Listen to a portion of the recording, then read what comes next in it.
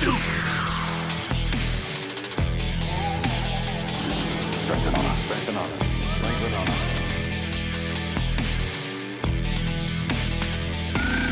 Hello. My name is Inigo Montoya. You killed my father. Prepare to die. Why so serious? I could crush you like a worm. At my signal, unleash hell. Do or do not. There is no try. All right, hey everyone. Let me know that you can hear me live on YouTube and on Facebook. For those of you over there, just give me a loud and clear on the. Oh, Lauren made it. All right, she was having a hard time putting. Baby B's bedtime is getting pretty challenging as of late. So I'm gonna scoot over now. And they all just saw my PJs. Yeah. You want to stand up and show them since you're not. Santa PJs at least, but they're plaid. Baby monitor, it's the whole deal. Yep. All right. All good stuff. So just give us, let me know. Can you check on your phone once you get set up that we're loud and clear? No one sounded off yet. Yes. And let me know that they can hear us. So if you can hear me, let us know. Okay, I got you on Facebook.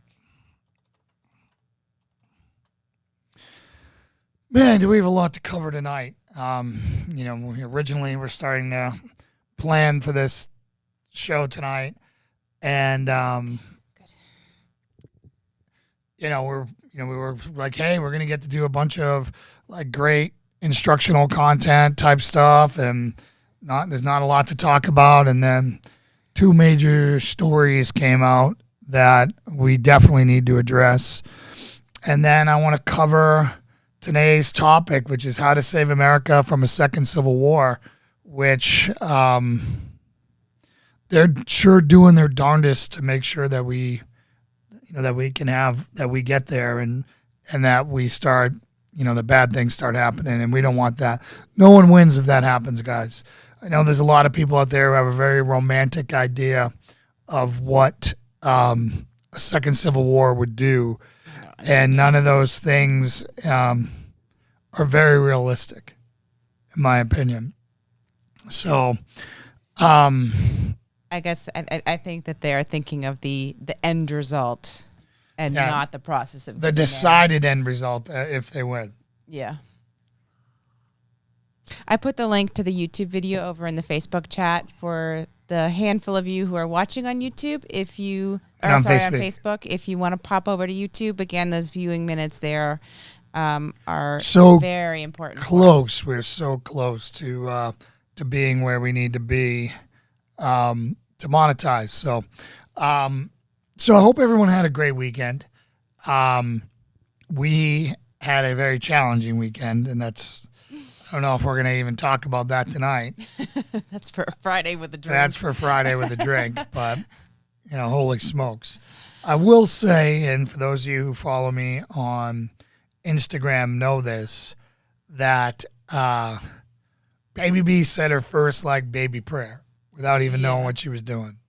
It was very cute. And that's actually one of the motivating factors for the topic tonight about mentoring and kind of influencing your children.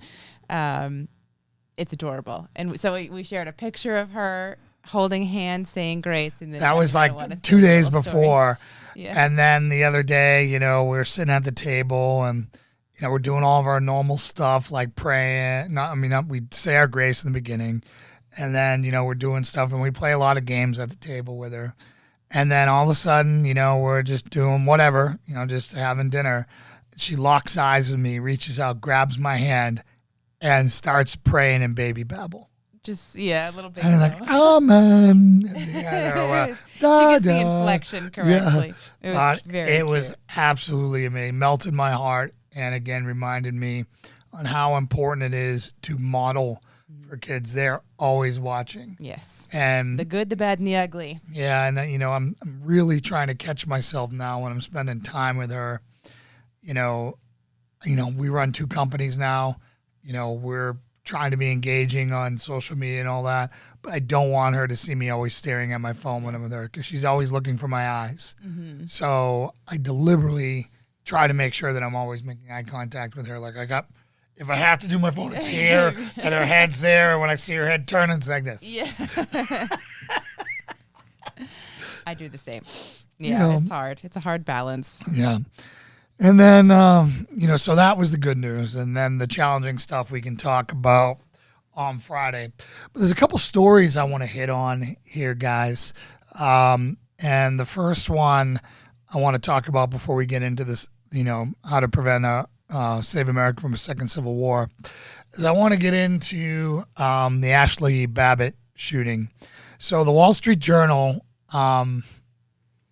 just published an article saying that the initial investigation is going to come in as no charges against the police officer are, should be done, should be filed.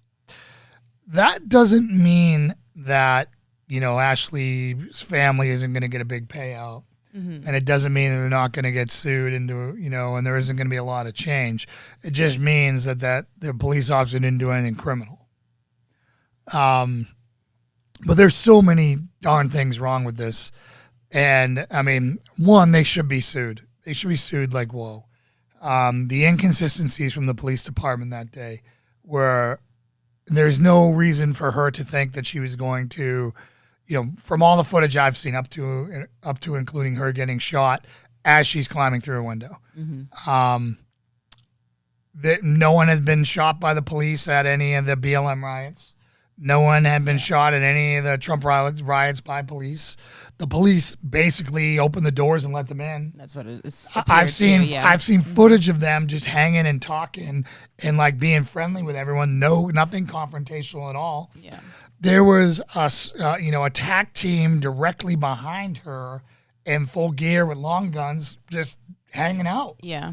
And this cop smoked her. Now, again, I said that there's a chance that this is a justifiable shoot based on national security, depending on what was in that hallway behind that door or whatnot, or what order was given. Yeah. Was the order given that kill anyone who comes through this door? If so, I believe that warning shot should have been fired. You can pick out a warning shot. There's one thing there's no shortage of in that place is books. You could shoot it like in my Bible right here, and his 9mm or 40 wouldn't even penetrate this book, or 45 wouldn't penetrate this book. It would be, I don't recommend him shooting a Bible, but if it's shooting a Bible or shooting a person, I'm sure there's enough other paper in that building. We could use one of them billion bills that are this tall. Yeah. But anyways, I think that's what should have been done to drive home the point of severity because it was uncharted ground. This has never happened before in any of our lifetimes. Mm-hmm. And no one there really understood the severity of the situation. Yeah. So they didn't realize that, they're thinking they're protesting. Cops are letting them in. They're doing whatever. Hey, we want to go protest. We want to go be like all the, Me Too movement did to Kavanaugh, mm-hmm. Harass Lindsey Graham like everyone else does. We want to do all those things. And they weren't given the chance. Now, for the cops' benefit, there was guns there. People were found with guns, storming the buildings. People fired. There was all kinds of information out there. People shooting through glass, and mm-hmm. she had a backpack on. There's enough stuff there for it to be great. But what I'm calling for is what I call for in all these instances, right? And I was talking to Topher and the Marine rapper about this, and I'm like, we need to, one, have patience and have a full, transparent investigation, mm-hmm. right? We need to know everything that we need to know that girl was not murdered. Yeah. Do you want to pull that down so my head's not cut off? Yeah. So, do we know enough about who's investigating this right now to know? People I assume are it's so the Capitol cynical Police right now. Well, no one trusts anything. And that people are going to come out and say, well, if they're going to be covering their butts. They're not going to want the investigation to say that it was a wrongful shoot or that the officer should be charged, because then that is going to make people sympathize with the Trump supporters versus the left and the Democrats right now, who are all behind the police officers right now because it was the insurrection, blah, blah, blah, all that stuff. So, of course, they're not going to want it to appear like the officer did anything wrong. Well, that's why a fully transparent investigation is so important. Yeah. Because someone else can recreate the investigation looking at their investigation. Mm-hmm. They're going to be able to see, they're going to look, and they're going to look at everyone's politics involved. Yeah. It's not going to be anonymous agent one. It's going to be this. They're going to see where the connections are. They'll be able to connect the dots, and they'll be able to recreate and see the evidence and say, yes, hey, Mike Pence was behind that door. Yes, Yeah. that need to happen. Now, do we need to change how we train to wear a warning shot? Should be offered in some extreme circumstances. Not everyone, not maybe ever again. But in that that case, it would have saved a life, in my opinion. And I'm not here to beat up cops, but I got to look at this shooting as the same as if it was a gangbanger on the street. That's reasonable. Yeah. Right? And whether they got their hands in their pocket, she's got a backpack on. Could it be feasible that there might have been explosives? There wasn't explosives in her backpack, but could it have happened? Yeah. Absolutely. And who knows? I know that they found explosives around the area. I don't know Yeah, if they had had at that point before, knew that were again, out there. it's what would a reasonable officer do with everything known at that time. Yeah. And again, I haven't heard good audio of him saying commands to her.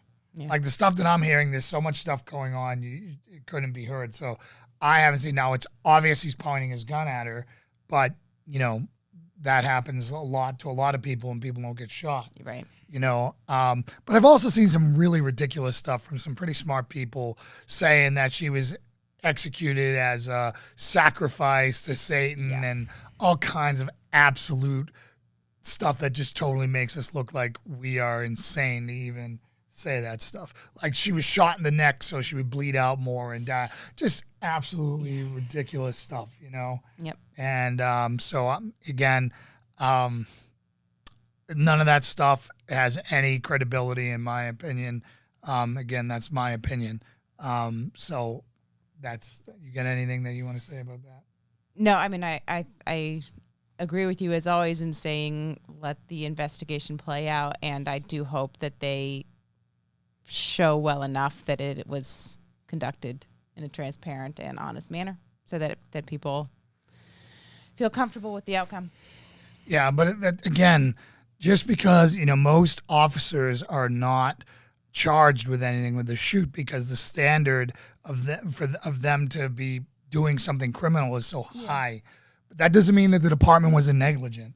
I think they can already prove for the fact that they didn't have barricades set up and everything else, and their messaging and the way they were acting. That would be a different officer than that shoot. And I think there's a lot of. There's going to be some lawsuits. Yeah, I think that it is important for people to hold the same Chris, good standards across Joe, the good to board, see you. the same way that we react when there is a white cop shoots black man thing, and we tell everyone calm down. Let it play out. And generally the officer had a legitimate reason. I think that a lot of people are forgetting that in looking at this because we find ourselves on the side of the person who was shot this time. Yeah. So again, take all the conspiracy theories on a lot of this stuff and throw it out the window. Bad things happen, guys. There's and there's a lot of things out there that I'm on the same page with many people.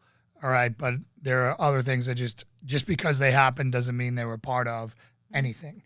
Right? Bad things happen in a very chaotic environment. Anybody who's been involved in a shooting or in a melee or a riot or a protest or any of that stuff, it's uncontrollable. It goes into this place of chaos and reason and rhyme, and there is none. It just becomes this really random thing, and unfortunately, bad things can happen, and that's why you need to understand that. The next story I want to talk about. I just said makes sense. Okay. And since Lauren doesn't want her head cut off, I'll see if I can. They're just not for the whole conversation. Okay. Was this absolutely horrific, venomous article by USA Today, basically calling patriotic Christians terrorists. And there's so much venom in the article, and it's written with such disdain. It's obvious this person's opinion is anything but objective. Oh, of course. Yeah. And you know, the fact that they chose this, all right, so this is supposed to be a Christian nationalist there. A dude dressed as a Viking, known as a shaman with Thor's Mjolnir hammer tattooed on his freaking belly. Yeah. That just screams Christian to me. I don't know what about you, Lauren? Oh, absolutely. I mean, I look at that guy and I see represents me. I mean, the only thing I mean, he's got a Jesus beard. That might be like the only thing that might be even close. You know, but I mean, it's absolutely ridiculous that that's what they chose. Yeah. You know, to say that is the guy, right? Our movement. Yeah. And just absolutely ridiculous. And the fact that this is part of the mass media's efforts now, and you've seen Department of Homeland Security come out labeling Christian nationalists. I want to break down what that word Christian nationalist means. Christian, you follow Jesus Christ. You believe in Jesus Christ, in the teachings of Jesus Christ, right? Nationalist, you are patriotic and you love your country. That's 75 million people. So the little like subtitle quick description thing for the article. So the title, Christian nationalism is a threat, and not just from capital attackers invoking Jesus. And then it says, Christian nationalists inside our government are working quietly to take America for Jesus. They are the more resilient danger to religious pluralism. So that there's... we're working to take the country for Jesus. Yeah, they said that what a terrible thing. And then they were saying that to call us, you know, our Judeo-Christian principles is, basically a sacrilegious, use of the word Judeo in there. And it's just absolutely insane. The other thing I want to talk about, I'll continue on with that for a little bit, is that this is a coordinated campaign that you're going to start seeing. They got to start dehumanizing us, guys. It is literally the next propaganda war, the next culture war, which is what we're going to spend a vast majority of our time talking about. There are plenty of people out there teaching tactics and teaching other things, and we're going to cover those things as we go. But the most important thing of all, I think, for us right now is we have to win the culture war. Mm-hmm. It is biblical. I'm awake. It's biblical, and they're acting like a nation that was born out of a prayer meeting by Christians. I don't think a lot of people know that. Well, of course, maybe secular world doesn't know that, but any historian would. There's not many of those left anymore. Yeah, exactly. Not in the generations that count, at least as far as influencers anymore. They have to dehumanize us and make us monsters to do horrible things to us. Mm-hmm. It's what the Nazis did to the Jews. Yeah. Which you just hate to make those comparisons, and I know that people throw those comparisons. I don't like going to that. I'm just using that as an example. Yeah. And I'm not saying they're going to put us in concentration camps or doing, but there are politicians who have and popular people camps, like Katie Couric who said we need to put them in re-education camps. Yep. All right. That's what they do to the Muslims in China. Right. Right. Yeah. And that's what you have Democrats right now saying that.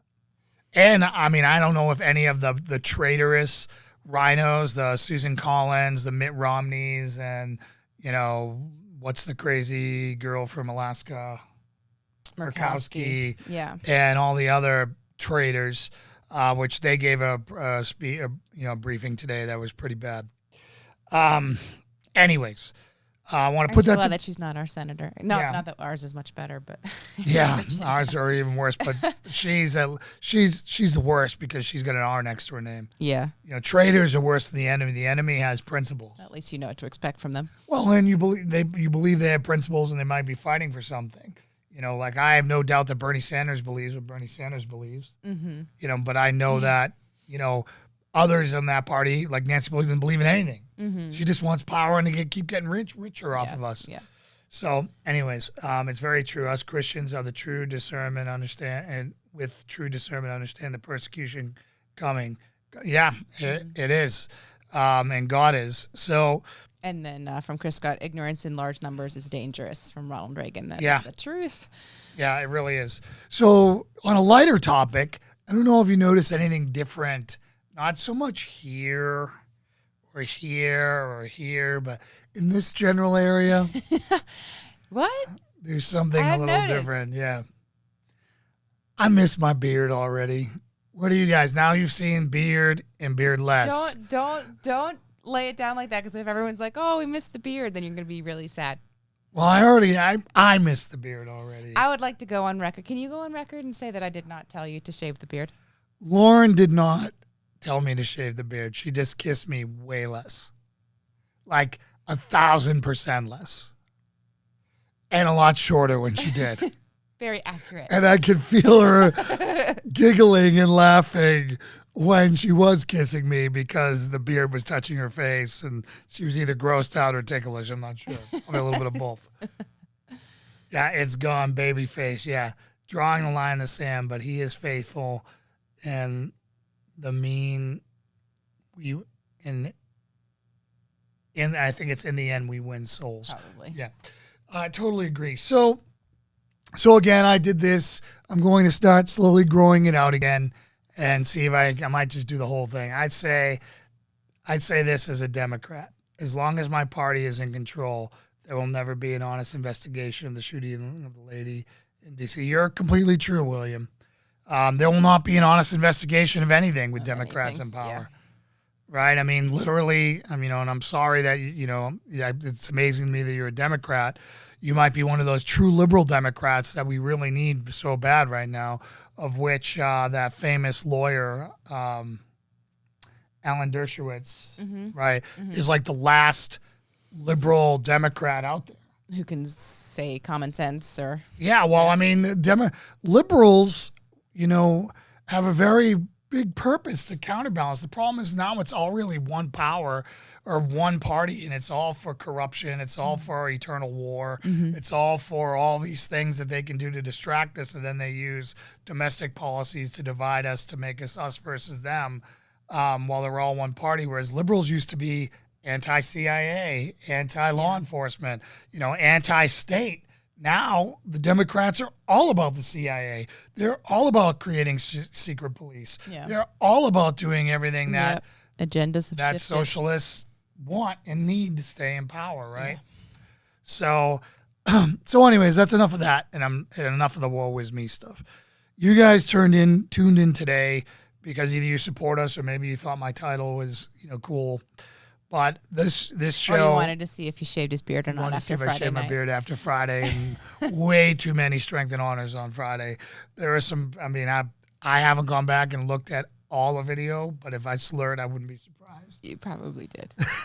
I know my tongue got thick. Yeah. I think that's the most I've seen you do. But, how do we save America from a second civil war is the next topic. And this is going to be, a long section of what we're going to talk about in the coming weeks and for the rest of this show. So the first thing we need to do is realize that we are already in a war, and it's a Cold War. We've been in a cold civil war, or a cold civil war since the 50s, maybe before that, right? And we've been starting to lose ever since the 60s, the flower power movement. And over time, they've been chipping away at it, and here we are, 70 years later, and we've... Oh gosh, it has been 70 years since. Yeah. That's not that long. It has. Here we are, and they have kicked our butt in the culture war, right? We got busy. We retreated to our places. We counted on them letting us coexist, right? They had these cool bumper stickers where they coexist with everyone except for Republicans and Christians. Except for half the country. Yeah. So it's recognizing that we've been in a war, we are in a war, and we're losing, and then getting involved in that. And the only way to win this war without it getting kinetic, in which nobody wins, is to win the culture war. Winning the culture war is the only way that I think there's two ways to kind of win a Cold War. You can drive them into poverty and beat them economically, or you can win culturally with ideas. Which, when we are sharing the same country, option one doesn't make as much sense because it's not a clear delineation. So, I mean, they've been beating us at the culture war up until now. And yes, and we are in an information war. Yes, the information war is part of the culture war. An informed culture is a dangerous culture for them because people can start making, they start hearing things and things start, like with Lauren. Lauren, do you want to recap everyone on how you were raised liberal in the Northeast and how, Beth's post? Yeah. So how it trickles in? Go ahead. Yeah, I mean, I grew up an uneducated Democrat in a family that was entirely apolitical. So my influences came mostly from school in the Northeast, but not very actively. I wasn't passionate about anything. My parents were more Republican at that point in a few issues. Like, I thought my dad was a terrible person for not wanting gay marriage. It's like, love is love. But, so just basically naive at that point, and didn't seek out education, and it certainly wasn't provided to me. And then down in Virginia, my landlady is a Republican. Beth, she's a supporter of ours. Was? Yeah, was. Republican? No, what was your landlady? Well, yeah, it was at the time. And she would always share video clips from Fox mostly, and I would be watching them by myself, up in my little apartment, being like, that makes so much sense. And I couldn't tell anyone I knew because they all would think I was crazy for listening to Fox News. But so the foundation was laid kind of through that. But it definitely takes being exposed to information. If you're not, then you're just going to kind of keep on the same track as far as everyone else who's around you, who's influenced you up until that point. Right. And that's like what we're seeing with organizations like Turning Point USA, who are on college campuses and red pilling. There's a term out there called red pilling, and I believe it comes from the Matrix, where, basically you can live in the fake world and take the blue world and blue pill, and you'll be numb to everything and you won't know any better, or you can take the red pill and you'll see the truth of everything. And that's what they are doing is called red pilling, where they go in there and they debate liberals and they expose them the truth on campuses in the largest disinformation places that we have in the U.S., which are universities, our public universities in particular. Yep. And those guys are part of the tip of the spear. And some of the other tips of the spear are pastors, right? The biblical, pastors like Ken Graves at Calvary Chapel and others around the country. Usually, I've yet to see a Calvary Chapel have a bad pastor right now. Everywhere we go, it's been pretty solid. But pastors are the tip of the spear. Entertainers like Topher and the Marine Rapper and, Bryson Gray. And, all those other guys out there. What is it? Tom McDonald, right? Tom McDonald. Yeah. And all those guys out there, they are all at the tip of the spear. So when you're using tip of the spear, are you looking at that as they're a one-to-many influence, and that what they do with their platform has the tip of the spear, a lot of people? The tip of the spear, like the SEAL teams and special forces and Marine Recon, they're the tip of the spear. They're the ones that are penetrating, behind enemy lines and breaking it up for the rest of the weapon to come through, for everything else to come out here. And what I mean by the tip of the spear and why it's so important to acknowledge that not everyone's going to be the tip of the spear. Not everyone can be the flag bearer or the tip of the spear. Not everyone can be a SEAL. Not everyone has the charisma, the charm, the whatever. But for every SEAL behind enemy lines, there are taxpayers to fund his gear and his training. Right. And his way, and the aircraft and his transportation to get there. There are support personnel who are taking care of him medically, or taking care of his family, and on and on and on. There's a lot logistically, flying drones. Everyone has a role to play. So, one of the first things we need to do is support the tip of the spear, recognize who the tip of the spear is, and support them. And they are, again, I'm going to go through this list right now.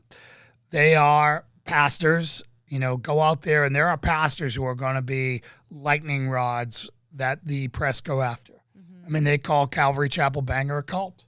The LGBTQ movement there, hates them because he preaches the Bible. Yeah. Entertainers like, Topher and the guys we talked about, and Marine Rapper, and, Bryson Gray particularly, he goes after the LGBTQ stuff, hardcore. Yeah. And, supporting those guys and letting them know, because guess what? They don't have record labels carrying them. They're all working out of their house. Yeah. If you look at some of Tom McDonald's videos, you see his whole garage is full of, and we understand this because being business owners and having to send out shirts and all this stuff, it's all packing envelopes and him sending out CDs. Interesting. He is his own publisher, or his own, whatever it's called, when they do Producer?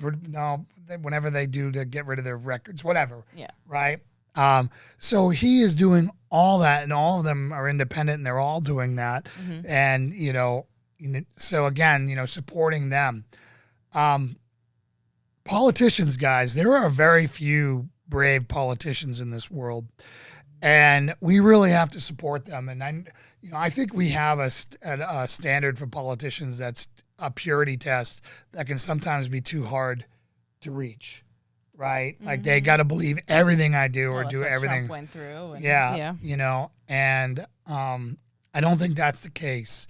I think we have to figure out what's most important to us, back them on that, and make sure they're principled. And are they Bible-believing Christians who support life, the Second Amendment, and free speech? Those three things are the number one of everything. So if they're fighting for that, if they're fighting for those three, more forgiving of the others. I can forgive some of the other discretions that they have out there. And I understand that, that all politicians get hooks in them, and I wish our system was different and you didn't need money to run for office, but you do. So supporting them is another one. Supporting organizations like Turning Point USA. They are huge. They are literally on the front line in debate rooms, going up against professors and everyone else, and mopping the floor with them. Charlie Kirk is great.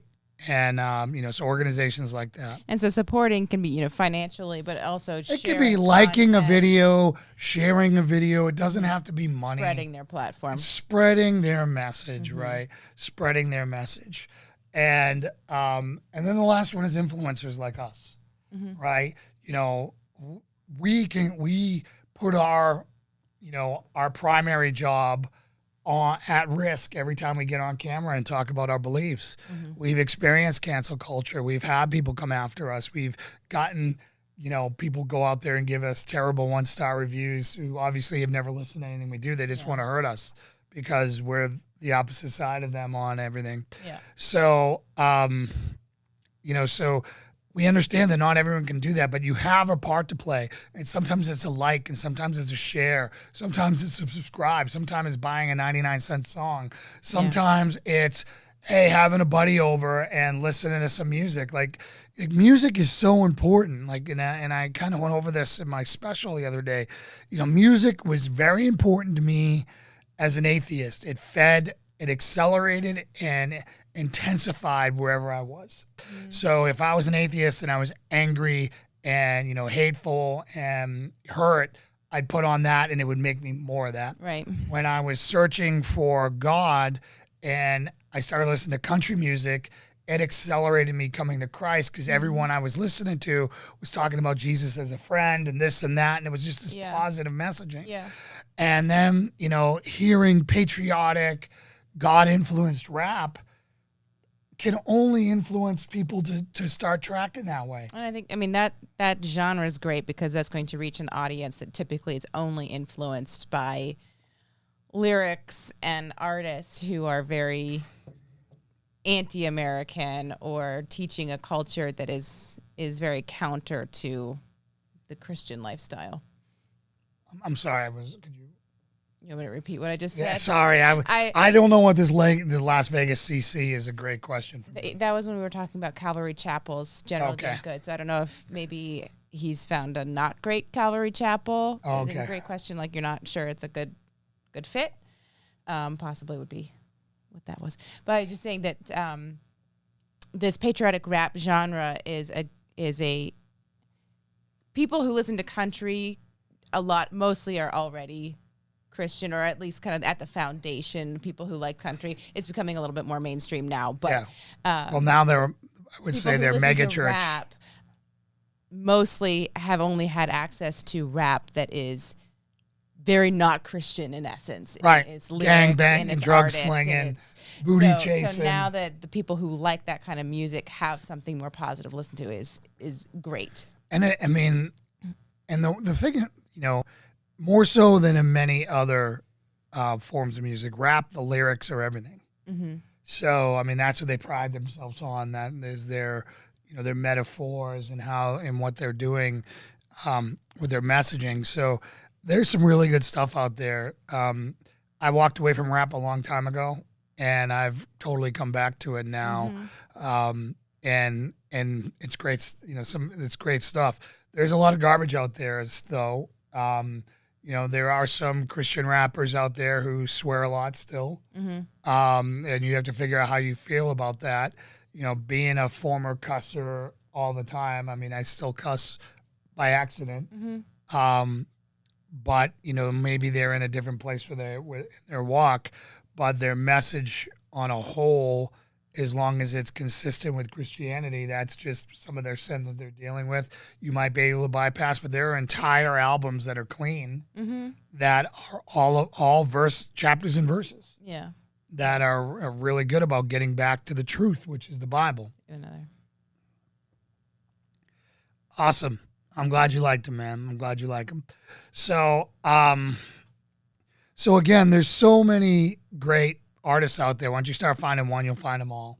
They all kind of pop up on recommend. And the great thing is they're banding together right now because they're all supporting independent artists. Yeah. They literally are independent, working out of their house like we are, doing this to make it work. So again, supporting the tips of the spear is really important. And so William just commented, I don't usually like rap, but I did like the Marine Rappers song. It was great. And I think one thing that's important to recognize when we're talking about this kind of tips of the spear concept and who you should support, even if you don't personally care for something, I think recognizing the impact that they have on the culture, which is what we're talking about, is how to win the culture war.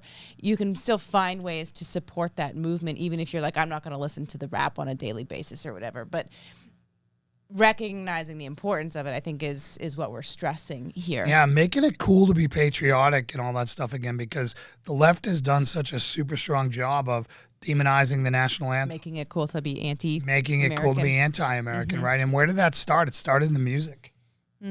Right? It started with the music. It started with all that garbage. Oh, and the other entertainer aspect of sports.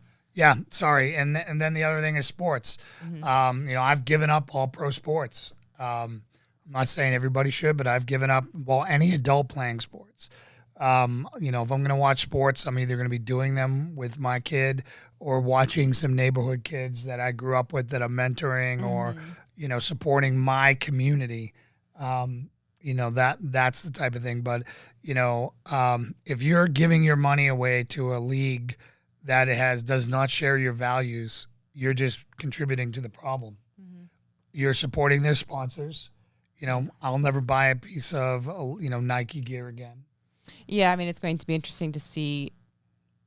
I'm not sure if I'm going to watch or not, but the Super Bowl commercials this year, I'm sure they're going to be the messaging. You can certainly start over the last couple of years to see it shift towards all of this woke stuff.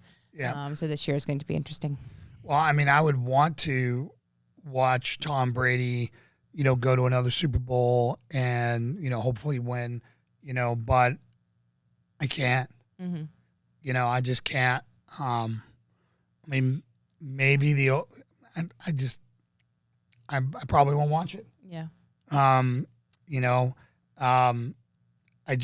The NFL is against everything that I stand that means anything to me. Yeah. Well, I think you're one of the most principled people I know as far as following through on things that you care about and are trying to make a statement about. So I admire that a lot. And I know there are strong Christian patriotic people in there, but until they strike or until the NFL and all these sports clean up their act, I'm done. Yeah. So anyway, but the other entertainers are actors. You got actors like Chris Pratt and, other conservative, red pill people out there willing to speak truth who get blackballed, supporting them when they make a movie. The problem is they're generally surrounded by all the people that you don't want to support, so it's hard to wean them Yeah, out. but you're starting to see people like just like the rappers are all teaming up. You're starting to see conservatives all kind of start working with each other on products to do things. Okay. I mean, and that's how you're seeing these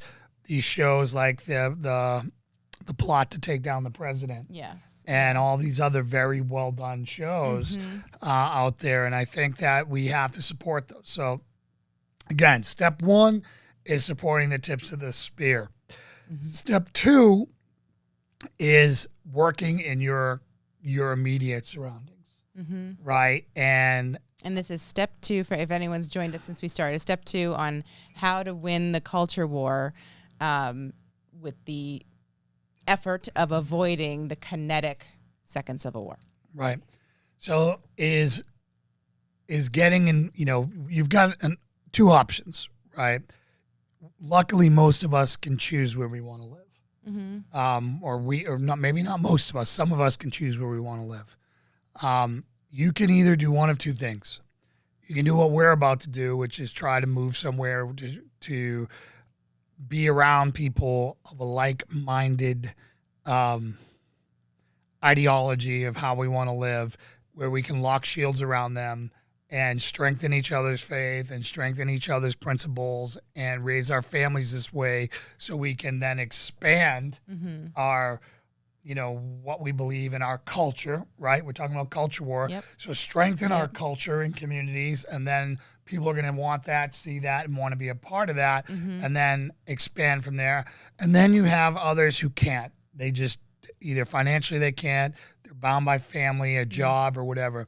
And you can't just throw up your hands and quit. You're going to have to find your Calvary Chapel in your area or your group that you have coffee with or guys with or people like us online and really, iron sharpens iron and getting around each other and strengthening your core beliefs and testing your beliefs and training and deepening your understanding of Scripture and the Bible, as well as tactics and how to defend your family and and everything that goes along with it. So for those of you behind enemy lines, it will be more difficult. Yeah. And I think in that, for anyone with kids from kind of the toddler age that we're at now through high school and into college, but really high school kind of when they're under your wing the most, maintaining as much control as possible over who influences them at that impressionable age and stage is very important, because that's, this whole culture war thing is about going after the generations that are up and coming, that, that's why we are where we are now is because of what happened in the school systems. And so we really need to take back parenting influences on our children. And so especially if you're in a community that has Democratic leanings, which is a lot of them these days, especially if you're in the public school system, knowing who they're friends with, knowing, and modeling what you talk about around the table and what news they see and what shows they watch and all of that stuff. And we were starting to have the conversation earlier today, just kind of pondering, for families that have, if your core unit has the same belief system, but then grandparents, aunts, uncles, cousins, etc., don't, how do you balance that those people being around your child and influencing them without rubbing their beliefs off on your kid when you're not around to prevent it or to influence that. So that's a hard conversation to have as well. As well, it's all of it's going to be hard, right? Even in your own house, we've had some difficult conversations with family in our own house, and it's challenging. But you have to understand is you have to get your own house straight, right? So getting everybody in your house that you have immediate influence over on the same page is a must. You've got to get them saved, and you got to raise them right, right? The world is going to be chipping away at that, and that foundation that you lay in there is key. And that brings me to my next point. And Joe Schmo said homeschooling isn't easy, but the end result is totally. Yep. We completely agree with you. There was a time both of us would have said homeschooling was the most ridiculous idea, and that there are survival skills that you had to learn in class and socialization, this and that. I don't believe that at all anymore. No. Those co-ops that I've seen are like that, and I also think that a well-run church school is also another option. That would be the best of both worlds, as long as it's as long as it's Ken Graves running the school. And not somebody running a rainbow unicorn school. I mean churchianity. So going back to the mentoring aspect, right? We all have to focus on what we can control, which is ourself, right? And then we can only hope to influence others around. You can influence your wife, you can influence your kid, you can influence everyone else. And we talked a little bit about modeling earlier today and how to do that and the mentoring around that. And once you get everyone there, sharing, living in the identity of Christ, which is what it's all about, right? Yeah. Then it's going to those outliers, like you said, the in-laws, grandparents, cousins, or uncles, aunts, whatever. And you have to have that really tough conversation. Say, hey, listen, we're raising our child with these sets of beliefs. We don't want your secular stuff involved in that. You can hang out with them, be a loving family member. You can do whatever. Avoid the politics and don't crap on our beliefs. I'm going to ask you out of respect to do that. And that's how you do it. Yeah. And that goes for rolling of the eyes and all those other things. So they're going to notice that stuff first. Yes. Yep. The body language stuff is huge. So again, and those are really difficult, relationship changing questions or conversations. Sorry. Yes. That's redefining your relationship with your family member. To say, hey, listen, that that's going to basically put them on the defensive, particularly if they're secular. Yes. Yeah. Right. Which, if you're having that conversation, obviously they likely are. Yeah. But imagine different religions talking in there saying, "Listen, we're raising this, and that's how we're going to do it until they're 18, where they have their own say." One of the biggest mistakes my mother ever made was she was an atheist. And rather than having me baptized as a Christian or, done anything that, she wanted me to choose my own religion. So I went, 37, 38, 39, 40 years without one because of that. And I think that foundation would have been very helpful to me going forward, right? So location, where you live, grounding in your family, right? And then using coachable moments, right? You can't isolate your kid from the culture. You're going to have to give your kid exposure to culture, right? If we're in a culture war, they have to know what they're going up against. What I was going to say, and that's, I'm glad you made that point. I think a lot of people, they bubble wrap too much. So they do. And so, they're like, okay, we're going to raise our Christian kid, and they just kind of suck them into that, and they don't teach them any of the questions, arguments, counterpoints that they're going to be hit with.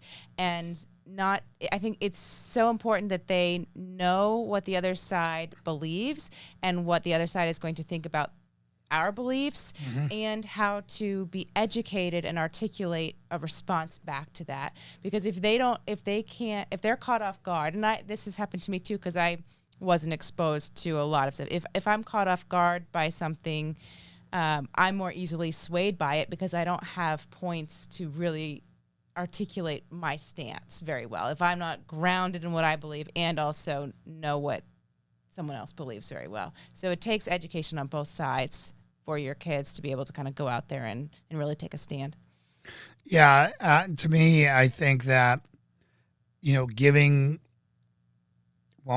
them and taking them out into the culture to show them, showing them, if Cardi B's on the radio and your kid's at an appropriate age to hear words that are in WAP, talking about it and why that's not good. Yeah. And reasoning through that, because if you're not going to have that conversation with them, their friends are going to be like, what's wrong with you? You don't like this? And you have to give them the solid footing to be like, no, I don't like it. And I think it's ridiculous that you do. Yeah. And giving them that training and that solid foundation so they can plant their feet, look that culture in the eye and say, not for me. Yep, exactly. I stand on my principles. I stand on my Savior, Jesus. Mm-hmm. And I think if we can all do that, if we all raise kids that are strong like that, then there's no way we don't win this culture war.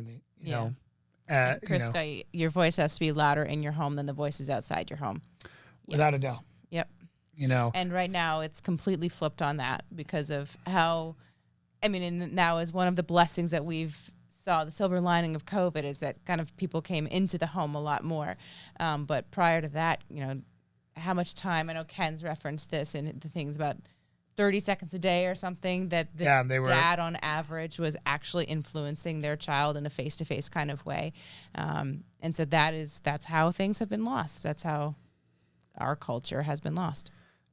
Mentors are literally the most important thing in your life informing you. Mm-hmm. Jesus, as a rabbi, they called him teacher, was a mentor to the apostles. Yeah. Oh, yeah. Mm-hmm. Right? And that's what we're called to do first for our family, then our friends, and then anybody who makes himself that'll listen. Yeah. Yep. And I think that so many people are so afraid of being mocked or exposed or anything that they don't share their vulnerability and they don't share, no one has more problems with the Bible than I do. Mm-hmm. I don't dive into this.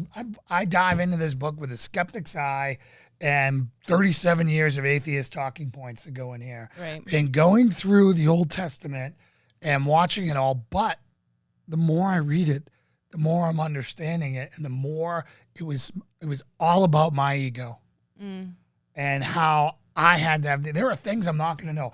Jay Perry does not know quantum physics. Yeah. Yeah. How much more complex is this than quantum physics? Right. So there are things in here that I'm not going to get unless God reveals it to me. Mm-hmm. Right. But at the same time, there's a manual in here for just about everything. Yes. All of life is solved in this book. Yeah.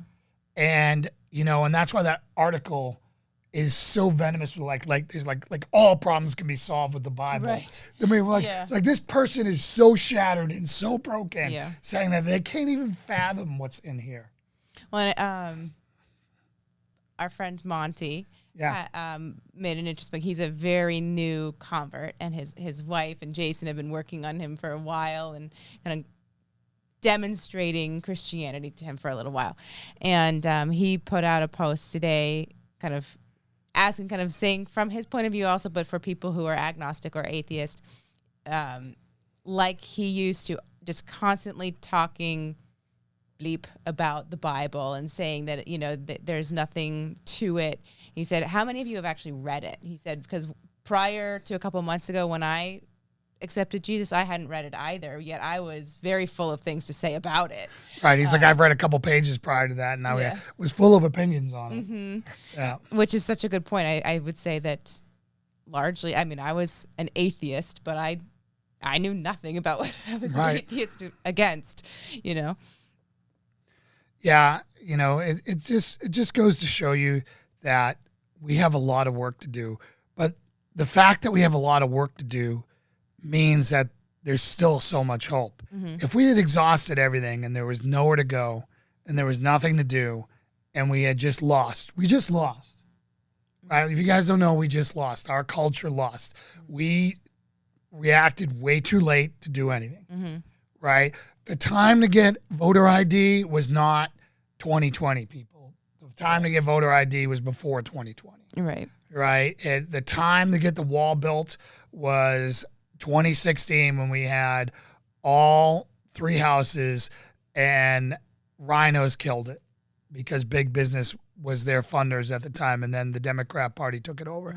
The time to fight for free speech was all the way back in the 80s when a bunch of all right-leaning conservative pastors and preachers wanted to ban coarse music and coarse lyrics in rap songs and heavy metal, right? And now it's been flipped against them. Free speech is free speech, right? That's it.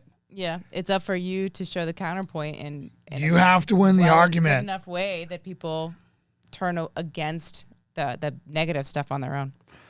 And so that is something that we free speech needs to be protected, and it needs to be free speech whether you agree with it or not. Whether you hate what they're just because you hate what they're saying doesn't make it hate speech. Right. Like that's like the things that drive me crazy is what everyone calls hate speech. Everything that they don't like is hate speech. It makes me uncomfortable. Yeah. Yeah. So. Yep. So I think should we do our little Rob Kenny shout out now and talk about that example? Sure. As far as what can you do, the most important being kind of get your own house in order. But then if you are a well-grounded Christian, or you have ties in the community, or you are good at social media or anything, you can use that to influence a much bigger group of people.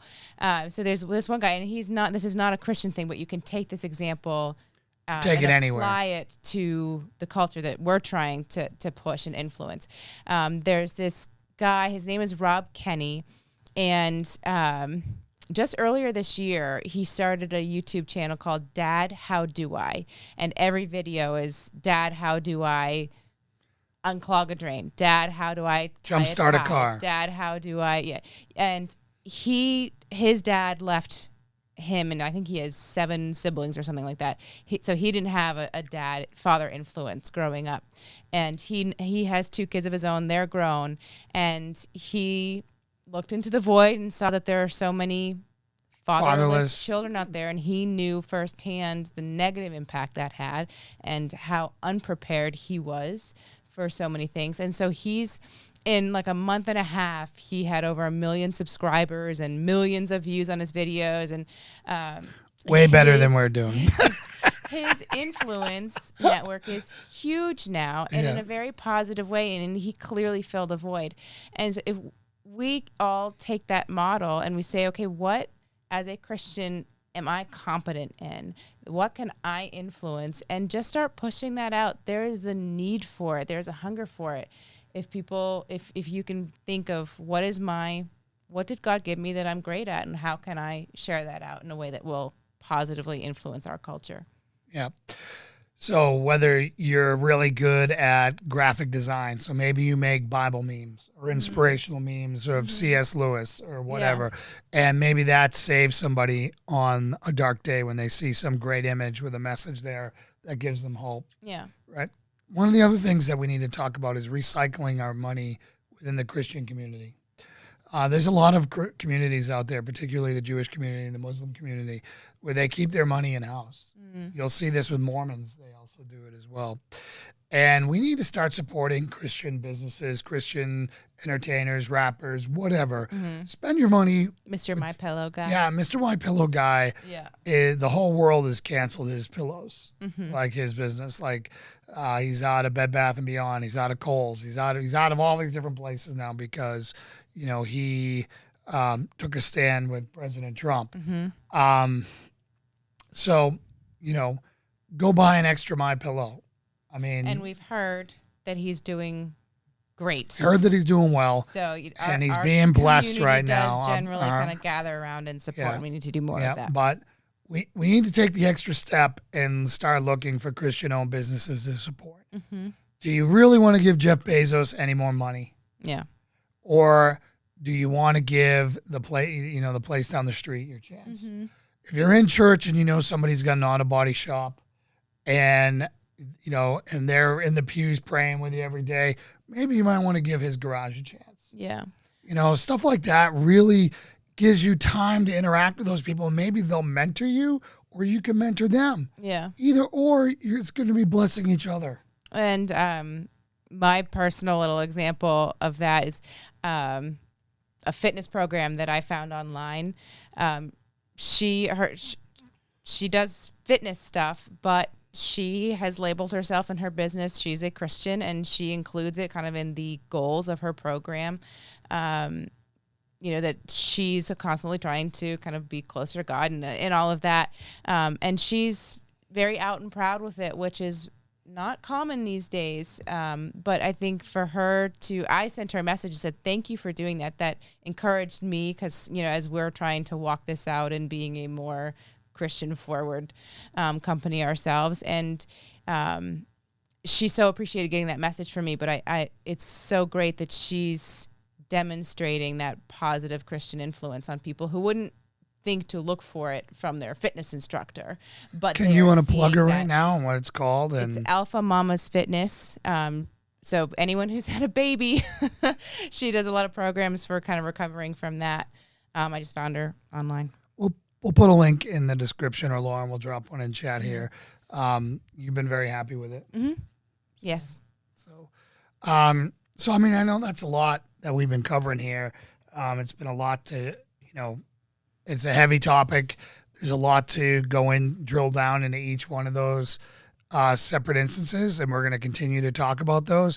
But recognizing that we're in this war, this culture war, and realize that that's the only way we're going to save America. That's how we bring everyone to Jesus. Mm-hmm. Right, is through winning the culture war. And there are allies around you. I never thought in a million years it'd be rap music bringing Jesus back. Yeah. Foolish me. What a blind spot I had. Mm. I just hope that, well, I don't hope. I know that we all win in the end anyways, but I want to play whatever part that I can to get as many people saved and safe as possible. So you guys got any questions? Also, if you have any questions for me that you want me to ask Ken on Wednesday for our 11 a.m. Broadcast, we're going to try to do it live again. Okay. All right, because we've fixed some internet issues here to see if we can get it live and steady. If we can't, I'm going to do a test beforehand to see if we can. We'll let you know.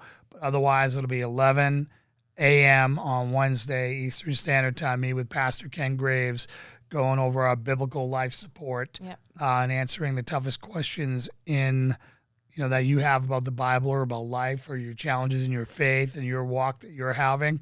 And if for some reason we have technical difficulties, I will upload it and premiere it at 9. Okay. And I will be live there in chat. So if I'm going to give you guys a couple seconds. If you have any questions, comments, that you want to do, that's great. If you want to support us, you can support us by joining our Patreon page, our Patriot Crusader Mission Patreon page. Joining there, you get access to our Facebook group where we do Bible studies. There's workout regimens. There's combatives training. There's, a small group that we do at 8:30 every Thursday night. We get on and we invest in each other and we are there for each other.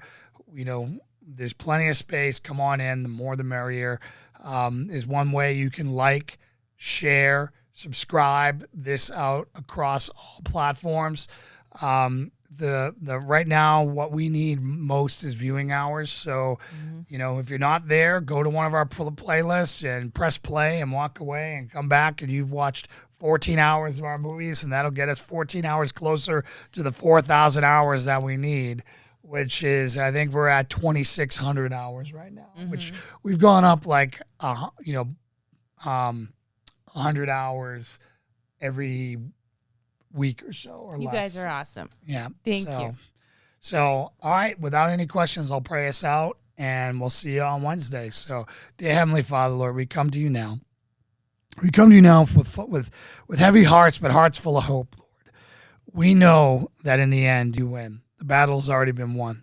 And we just want to play whatever role that you call us to do to bring as many brothers and sisters with us to you, Lord.